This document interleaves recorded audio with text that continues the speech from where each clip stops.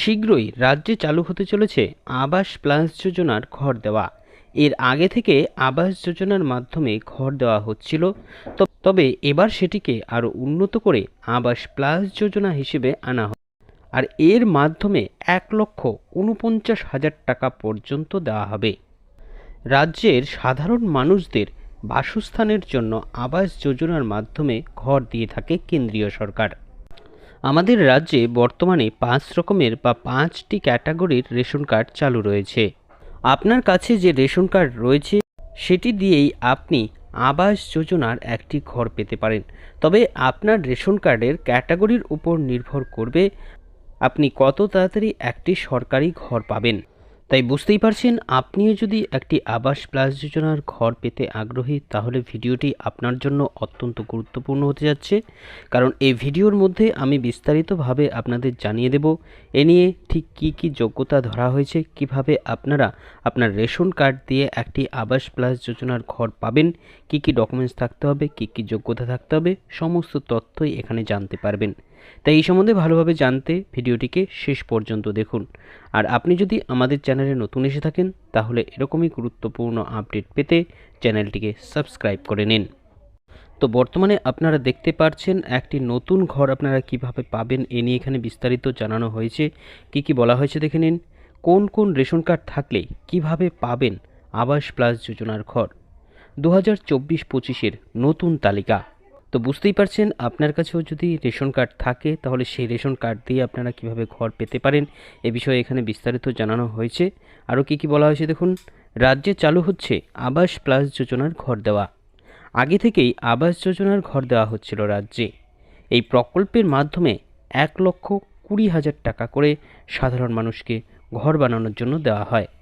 তবে এবার সেটিকে আরও উন্নত করে আবাস প্লাস যোজনা নাম দেওয়া হয়েছে।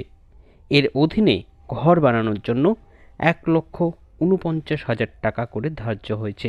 অর্থাৎ আগের থেকে এই আবাস প্লাস যোজনায় টাকার পরিমাণ কিন্তু 30,000 টাকা বেড়েছে। আপনার কাছে যে রেশন কার্ড আছে আপনি সেই কার্ড দিয়েই আবাস প্লাস যোজনার ঘর পেতে পারেন।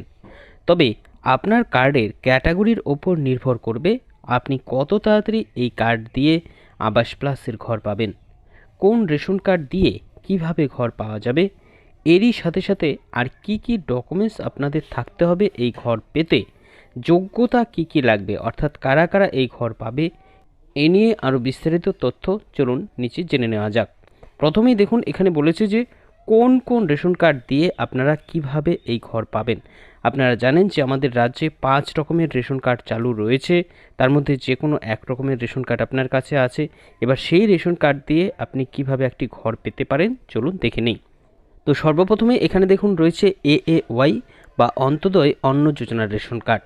এই অন্তোদয় অন্ন যোজনার রেশন কার্ডটি যে সমস্ত রেশন গ্রাহকদের কাছে রয়েছে তারা আবাস প্লাস ঘর পাওয়ার জন্য সবার আগে বিবেচিত হবেন, কারণ এই রেশন কার্ডটি সুপার BPL ক্যাটাগরির মধ্যে পড়ে। অর্থাৎ বুঝতেই পারছেন, এই রেশন কার্ড যাদের রয়েছে তারা কিন্তু সবার আগে এই ঘর পাওয়ার জন্য বিবেচিত হবে। এরপর দেখুন রয়েছে SPHS বা state priority household ration card. আপনার কাছে যদি এই ক্যাটাগরির একটি রেশন কার্ড থাকে তাহলে আপনি আবাস প্লাস যোজনায় একটি ঘর পাওয়ার জন্য যোগ্য। তবে এক্ষেত্রে এই রেশন কার্ডটিকে অন্তোদয় অন্ন যোজনার যে রেশন কার্ড সেই কার্ডের পরে স্থান দেওয়া হয়। এই রেশন কার্ডটিও BPL ক্যাটাগরির মধ্যেই পড়ে। অর্থাৎ বুঝতেই পারছেন, আপনাদের যাদের কাছে এই SPHS রেশন কার্ড রয়েছে আপনারাও কিন্তু একটি ঘর এভাবে পেতে পারেন। এরপর 3 নম্বরে দেখুন রয়েছে PHH বা প্রায়োরিটি হাউসহোল্ড রেশন কার্ড। এই রেশন কার্ড ধারকরা আবাস প্লাস ঘর পাওয়ার জন্য যোগ্য। BPL ক্যাটাগরির মধ্যে এই কার্ডটি 3য় নম্বরে আসে। তাই এই রেশন কার্ড দিয়েও গ্রাহকরা আবাস প্লাস যোজনার ঘর পেতে পারে। অর্থাৎ বুঝতে পারছেন আপনারা, এই যে 3টি রেশন কার্ড আপনাদের দেখালাম এই 3টি রেশন কার্ডেই কিন্তু BPL ক্যাটাগরির মধ্যে 1, 2, 3 নাম্বার হিসেবে আসে। এবার যেটা আপনাদের দেখাচ্ছি সেটা দেখুন হচ্ছে RKSY1 বা রাষ্ট্রীয় খাদ্য সুরক্ষা যোজনার 1 নম্বর রেশন কার্ড। এই রেশন কার্ডটি রাজ্য সরকারের একটি রেশন কার্ড। যে সমস্ত গ্রাহকদের কাছে এই রেশন কার্ডটি রয়েছে তাদের আবাস প্লাস ঘর পাওয়ার সম্ভাবনা কম হলেও তারাও কিন্তু যোগ্য। অর্থাৎ বুঝতে পারছেন, আপনাদের যাদের যাদের কাছে এই আরকেএসওয়াই 1 রেশন কার্ড রয়েছে আপনারাও কিন্তু পেতে পারেন। এবার দেখুন আরকেএসওয়াই 2 যারা রয়েছে তারা কিভাবে পাবে, তারা কি আদতে যোগ্য আবাস প্লাস যোজনার ঘর পাওয়ার জন্য? কি বলা হচ্ছে, পশ্চিমবঙ্গ সরকারের দ্বিতীয়তম রেশন কার্ড হলো রাষ্ট্রীয় খাদ্য সুরক্ষা যোজনার 2 নম্বর রেশন কার্ড।